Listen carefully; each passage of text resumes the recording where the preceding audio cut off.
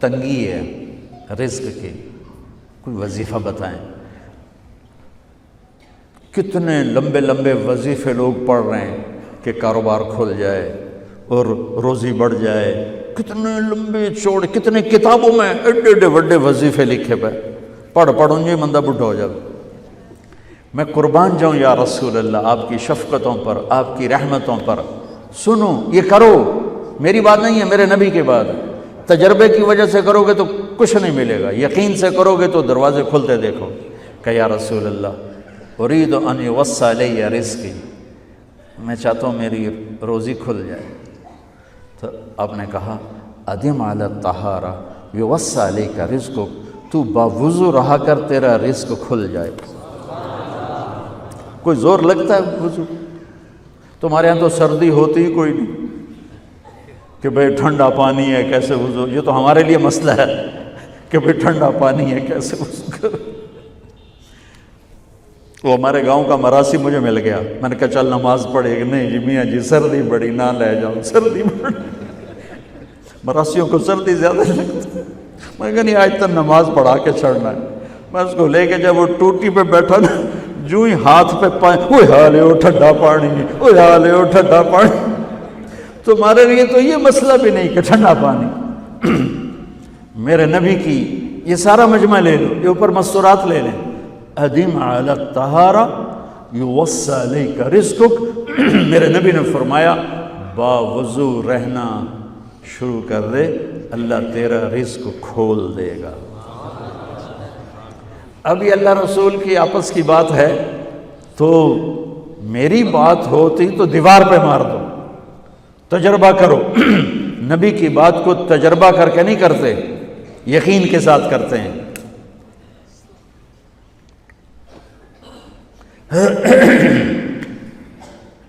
ادم علی الطہارہ یوسع علیک رزقک، باوضو رہا کر۔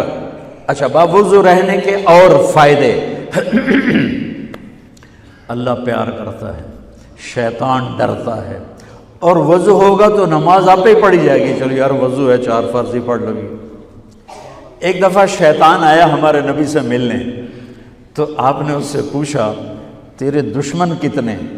کہنے لگا 15۔ آپ نے فرمایا کون کون ہے؟ کہنے لگا پہلے تو تھوڑا ہی نمبر ہے، پہلا نمبر تو تھوڑے نال میرا لگو ہے۔ پھر کہنے لگا وہ مسلمان جو 24 گھنٹے باوضو رہتا ہے وہ میرا بڑا دشمن ہے۔ جو باوضو رہتا ہے اور باوضو سوتا ہے، ایک فرشتہ اس کے لیے بندگی کا ثواب لکھتا رہتا ہے۔ خیر واپس آتا ہوں، میرے نبی نے فرمایا 4 باتیں لے لو اور دنیا بھی تمہاری آخر، ساری PIA زندہ ہو جائے گی، ساری اکانومی زندہ ہو جائے گی، ساری معیشت زندہ ہو جائے گی۔ 5 بھی نہیں، ایک انگلی بھی آپ نے نیچے کر دی کہ یہ بس اتنی لے لو۔ حفظ امانت، صدق حدیث، حسن خلیقت، عفت فی طعمت۔ کیا خوبصورت! ساری زندگی کسی کو دھوکہ نہ دینا، دیانت داری۔ میرے ملک کے ادارے کیوں ڈوب گئے؟ دیانت نکل گئی، کھوٹ آ گئی، دھوکہ آ گیا۔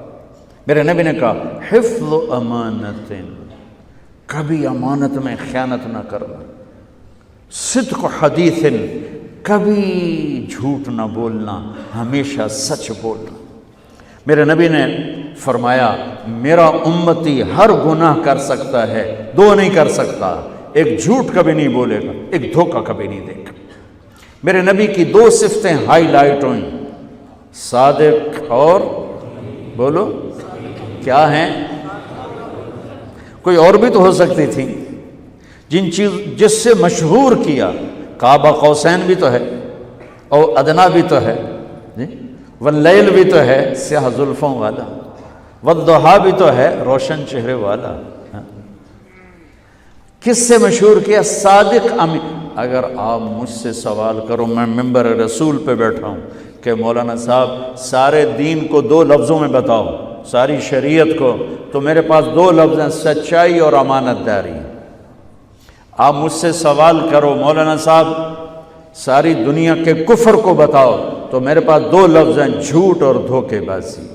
جھوٹ اور خیانت، پوری دنیا کا کفر ان کے اندر چھپا ہوا ہے۔ سچائی اور دیانتداری، پوری دنیا کا اسلام اس کے اندر چھپا ہوا ہے۔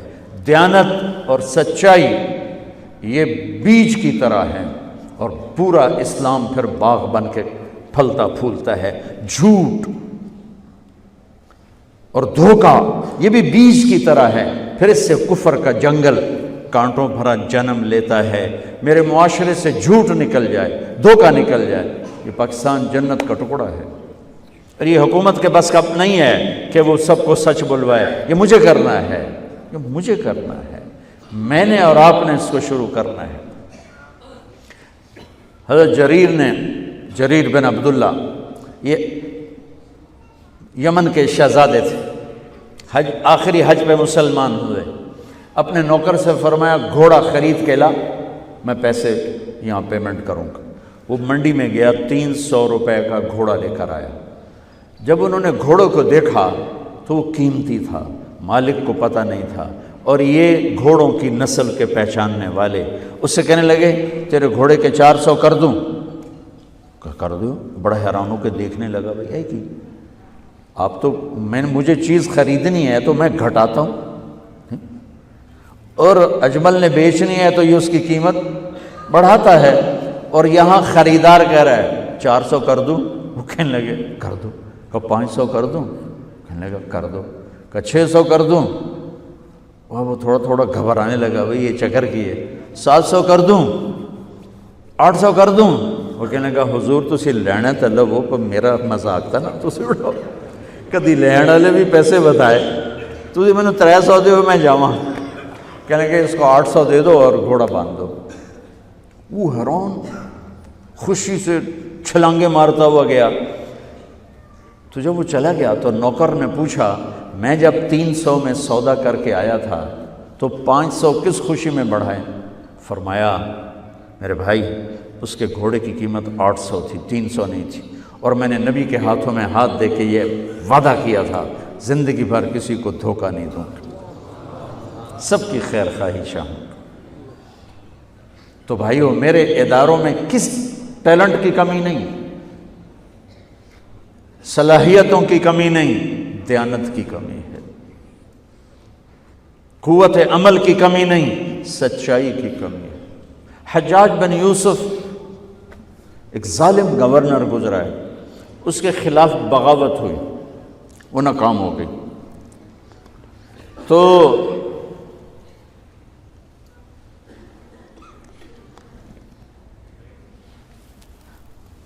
کوفہ میں ایک بزرگ رہتے تھے، ان کے بیٹے اس بغاوت میں شریک تھے۔ وہ چھپتے چھپاتے کئی سال کے بعد واپس آ گئے۔ ابن خراش ان کا نام تھا۔ ان کی سچائی مشہور تھی کہ ابن خراش جھوٹ نہیں بولتا۔ حجاج کو پتہ چل گیا CID سے کہ آ گئے، تو اس نے کہا آج ابن خراش کا امتحان ہوگا۔ اس کو کھانے پہ بلایا، عنوان ہی نہیں بنایا تفتیش کا، کھانے پہ بلایا اور کھانا شروع ہو گیا۔ باتوں باتوں میں کہتا ہے ابن خراش آپ کے بیٹے ہمارے خلاف لڑ کے بھاگ گئے تھے، کوئی پتہ ہے؟ تو ابن خراش ہنس پڑے، کہنے لگے حجاج زندگی موت تو اللہ کے ہاتھ میں ہے، گھر آئے بیٹھے۔ تو اس نے کہا تیری سچائی کو سلام کرتا ہوں، اگر تو جھوٹ بولتا یہیں تیرا سر اتارتا، پھر تیرے بیٹوں کا جاؤ سلام ہے تیری سچائی کو، تیرے بیٹے تجھے مبارک ہوں، مسلمان جھوٹ نہیں بولتا۔ میرے نبی سے پوچھا گیا یا رسول اللہ کیا مسلمان بزدل ہو سکتا؟ کہا کیا مسلمان بخیل ہو سکتا؟ آپ نے کہا۔ پھر پوچھا گیا جھوٹ بول سکتا؟ کہا نہیں، جھوٹ نہیں بول سکتا۔ تو دو باتیں حدیث پاک کی، صدق حدیث، حفظ امانت، یہ دو باتیں زندہ ہو جائیں تمہارے سارے ادارے زندہ ہو جائیں، ہم نقصان سے نکل کر نفع میں آ جائیں گے، نفع میں آ کر اوروں کو دینے والے بن جائیں گے۔ اس ملک میں اتنے خزانے اللہ نے چھپائے ہیں، اور اس ملک میں اتنے اللہ نے استعداد والے لوگ پیدا فرمائے ہیں، صرف 2 چیزوں سے ہم مار کھا رہے ہیں، ہمارے جو ادارے ڈوب رہے ہیں، وہ گلگت سے لے کر گوادر تک، اس میں وسائل کی کمی نہیں، سچائی کی کمی ہے، دیانتداری کی کمی ہے، اور یہ ریلیٹڈ ہے رب ہونے کے ساتھ کہ ہم نے اللہ کے رب ہونے میں شک کیا تو ہم غلط راہوں پہ چل پڑے۔ رب تو اللہ ہے، دینے والا تو اللہ ہے۔